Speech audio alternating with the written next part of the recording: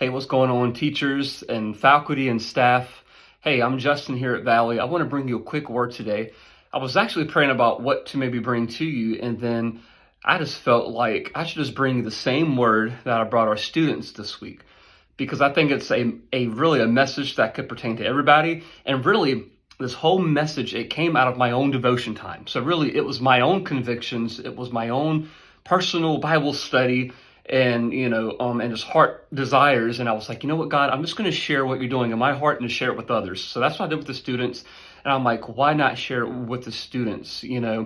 First, I'm going to start with the question: do you consider yourself to be a petty person? Or maybe you know somebody who's kind of petty. And a petty person is someone who just does things on purpose that are meant to aggravate others or get back at others. And for me, I can think of a couple times in life where I was petty. I used to have a roommate. He made me mad about something.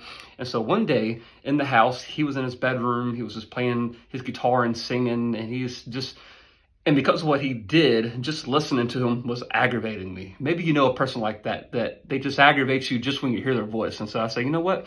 I'm going to take all of the kitchen furniture and I'm going to put it in front of his door and block him in his room. So I did that, and then I went to McDonald's. Petty.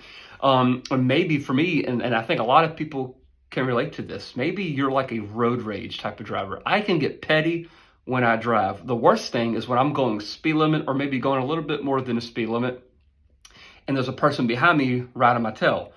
Nothing aggravates me more than that. So sometimes I'll slow down on purpose, and then when they try to pass me, I'll speed back up. Y'all, that is the definition of petty. So I'm a little petty, and maybe you are too.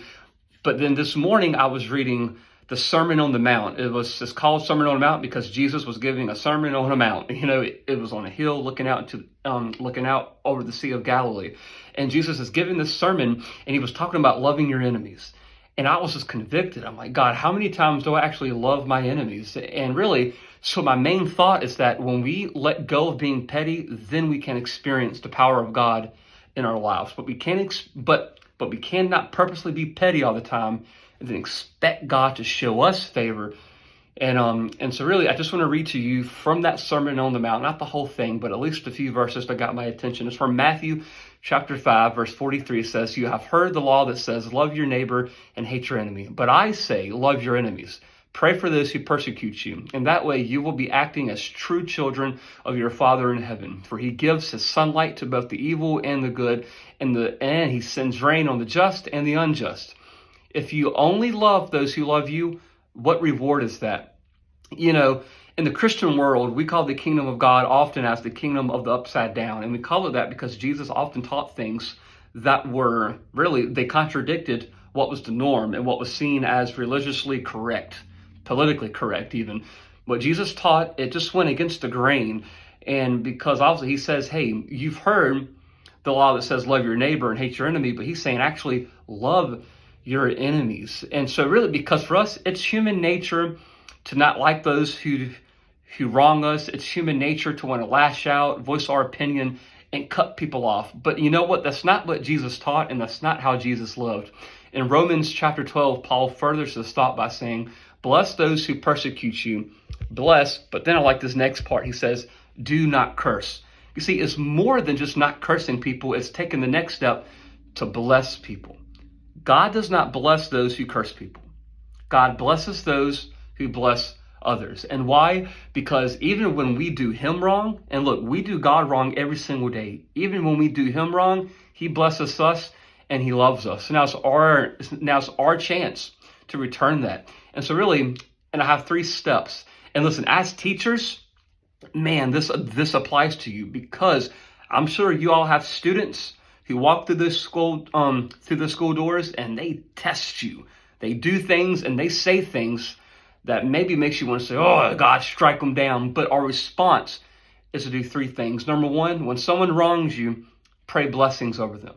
Often when I'm driving or someone says something sideways to me, I'll just in my head or maybe just under my breath, I'll say, God, can you just bless them, Lord? Bless them so much to the point to where they don't feel the need to say something like that again or to do that to anyone else. Lord, bless them. Meet them exactly where they are. Can you change their heart? That's number 1. Pray a blessing over them. Number 2, when someone upsets you and you're hurt, take it to God. Listen, God is the only one who can truly heal your wounds and your hurt. He's the only one, nothing else. We might run to other things, but only God can truly heal us. And then lastly, go the extra mile and do something nice for them. Compliment them. Ask them how they've been. The thing is, people that wrong people, they don't need to be ridiculed, because the reality is hurt people hurt people. They're hurting people because they're hurt. And most people who just lash out and they're just mean to people, or they say things, do things, there's a good chance that, they've never truly been shown love and compassion and grace. And you know what? You as a teacher, me as a person, we have the opportunity to love people, to show them compassion, to show them grace, to speak blessings over them. And you never know that as you do that, what difference it might make in their heart and their lives. Allow God to use you as a vessel that might help transform someone's heart.